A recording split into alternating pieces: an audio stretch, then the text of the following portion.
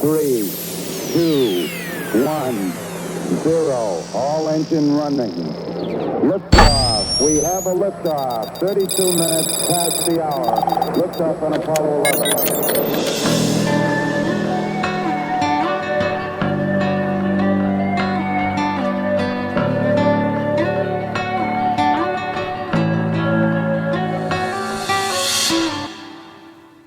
All right, welcome to Roots of Reality. I'm your host, Ben Baumann, and today I'm going to be talking about the history of dead and endangered languages.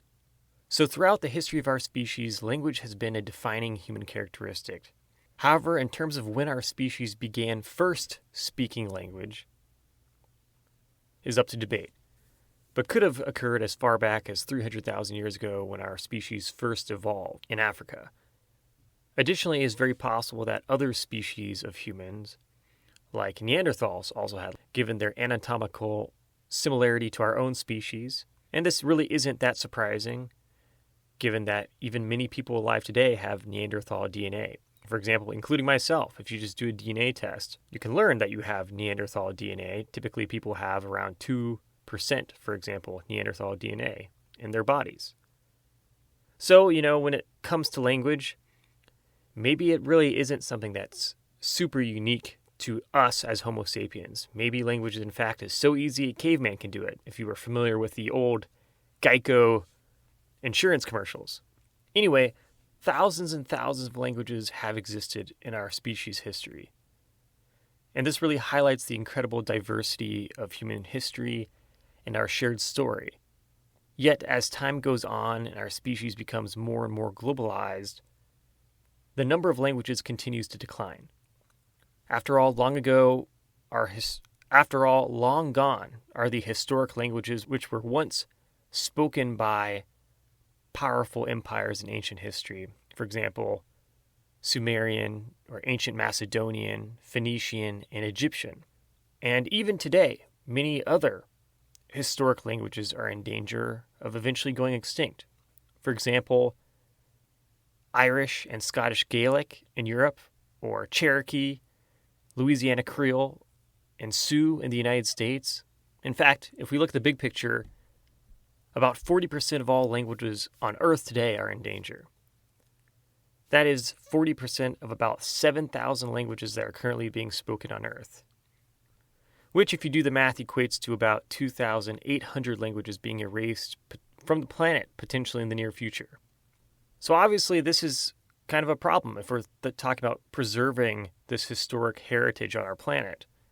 And the problem ultimately stems from the fact that certain languages are more dominant than others. Obviously, when you look around the world in the different countries that exist, there are particular languages that are the national language that is spoken by the majority of people. And thus, the other languages spoken in these countries begin to slowly die out because they are not prioritized. And even if there are some efforts to try to preserve them where, the government will make it so this is, one of the languages that we support as a nation, it still doesn't necessarily move the needle enough to save a language. And of course, when you tie this issue with the age of the internet and just the global influence of English-speaking nations, it's not hard to see why this problem has occurred. With the increased popularity of the English language over time, English, for example, is a global language. It's a language where, you don't even really have to learn other languages now if you're an English speaker when you travel to other countries, because you can always find someone else who speaks English that can help you. And so it really isn't hard to envision a future where, in a society that has been globalized even more than we currently are, that only a few languages are actually being spoken, and the rest are just dead. So this then all begs the question, why should people care about preserving language? Some people may think, well, if less and less people are speaking a language, maybe that's just time to let that language go. And ultimately the answer is because these languages offer unique gateways to another world of human history and culture. And when we embrace that diversity of our human story, it ultimately helps us understand the history of our species better.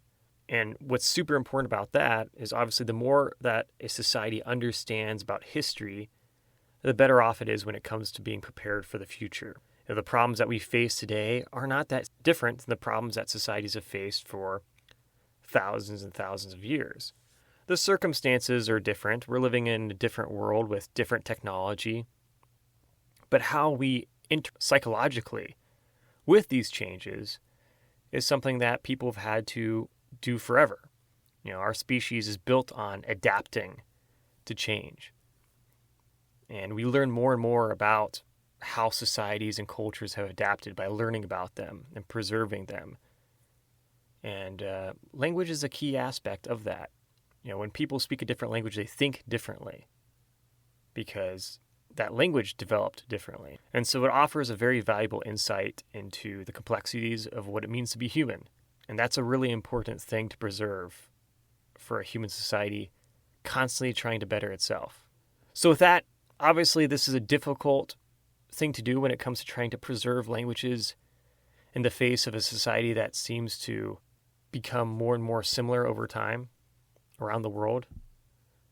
But it's a noble thing to do, and it is one that we can do. Like with any problem we have as a human society, we can preserve these languages, but it's going to take a lot of people caring to do it, and that's why it's up to us collectively to decide.